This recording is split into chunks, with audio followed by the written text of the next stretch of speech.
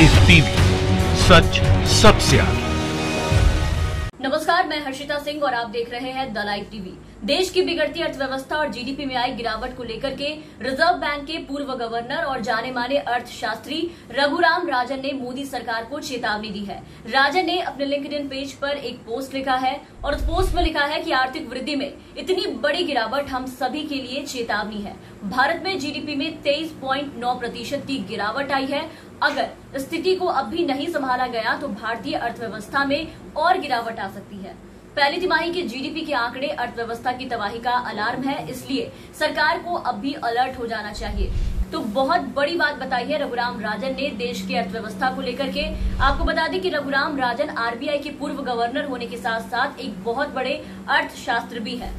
राजन को 2008 में प्रधानमंत्री के सलाहकार के तौर पर नियुक्त किया गया था और आपको बता दें कि 2008 में जो आर्थिक स्थिति देश की खराब हुई थी उससे उबारने में उनका अनुभव जो है उस वक्त काम आया था, जिसके बाद 2009 में द वॉल स्ट्रीट जर्नल ने भी उनके बारे में छापा है। तो कहने का मतलब ये है कि इनके देश के इकोनॉमी को लेकर के, जीडीपी को लेकर के कहे गए जो बात है हर बार सच साबित हुए हैं और इस बार भी इन्होंने बहुत कुछ बताया है अपने पोस्ट में, जो कि वाकई बहुत ही ज्यादा चिंताजनक है। इस पे विचार करने की जरूरत है। रघुराम राजन का पूरा पोस्ट जो है वो आपको पढ़ के बताऊंगी, आपको विस्तार से बताऊंगी कि क्या कुछ लिखा है उन्होंने। जरा ध्यान से सुनिएगा। सबसे पहले तो आपको ये बता दें कि कोरोना महामारी की शुरुआत से ही रघुराम राजन जो है वो आर्थिक गतिविधियों को सावधानी पूर्वक संभालने के लिए सरकार को लगातार सतर्क करते रहे हैं। इससे पहले राजन ने कहा था कि भारत एक बहुत बड़ी आर्थिक तबाही का सामना कर रहा है और इसके समाधान के लिए सरकार को विपक्ष के विशेषज्ञों को शामिल करना चाहिए, क्योंकि प्रधानमंत्री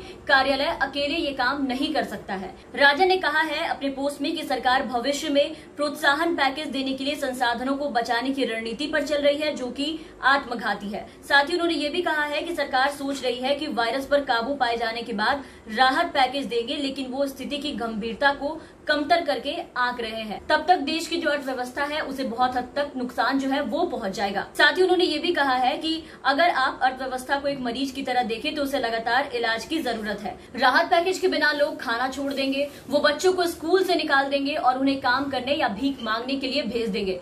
कर्ज लेने के लिए अपना सोना गिरवी रख देंगे। ईएमआई और मकान का किराया जो है वो लगातार बढ़ता जाएगा। इस तरह राहत के अभाव में छोटी और मझौली कंपनियां अपने कर्मचारियों को वेतन नहीं दे पाएंगी, उनका जो कर्ज है वो लगातार बढ़ता जाएगा और अंत में वो सभी चीजें बंद हो जाएंगी। तो इस तरह जब तक वायरस पर काबू होगा तब तक इकोनॉमी जो है हमारे देश की वो बर्बाद हो चुकी होगी। इसको लेकर के उन्होंने सरकार से तत्काल राहत पैकेज देने और इसकी राशि बढ़ाने की भी मांग की है। और इन सबके बाद रघुराम राजन ने यह भी कहा है कि अधिकारियों की ये मानसिकता बहुत ही निराशाजनक है कि महामारी से पहले आर्थिक सुस्ती और सरकार की खराब वित्तीय हालात के कारण वो राहत और प्रोत्साहन दोनों पर खर्च नहीं कर सकते हैं। तो रघुराम ने जो भी कहा है वो कहीं से भी गलत नहीं है, क्योंकि अगर आप देखेंगे तो भारतीय अर्थव्यवस्था, हमारे देश की जो अर्थव्यवस्था है वो कोरोना महामारी की पहले से ही बदहाल है और महामारी ने इसकी कमर जो है और तोड़कर रख दी है।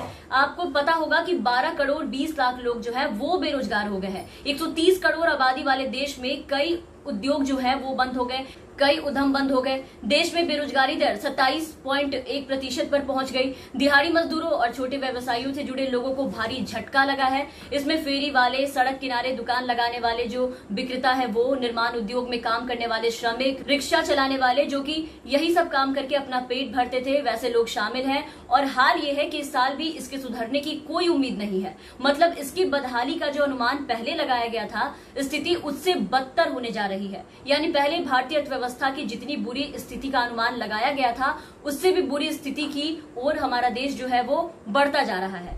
पहली तिमाही में जीडीपी जो है वो 23.9% सिकुड़ी, जो अब तक का रिकॉर्ड है। और इस दौरान लाखों लोगों की नौकरियां गई और घरेलू खपत एकदम धड़ाम से नीचे गिर गया। रेटिंग एजेंसी ने भी ये कहा कि कोरोना महामारी के दौरान भारत का जो कारोबार है वो पूरे देशों को अगर मिलाकर देखे तो वो सबसे बुरा रहा। रिजर्व बैंक के पूर्व गवर्नर ने भी ये कहा कि भारत को न केवल देश के युवाओं की आकांक्षाओं को पूरा करना है, बल्कि ऐसे पड़ोसियों को शांत रखने के लिए भी मजबूत वृद्धि की जरूरत है।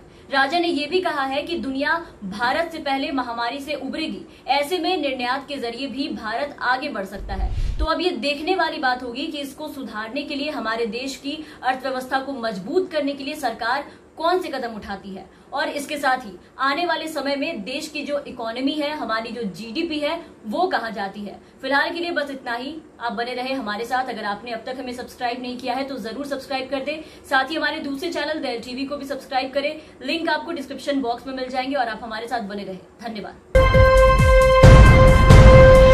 लाइव टीवी, सच सबसे आगे।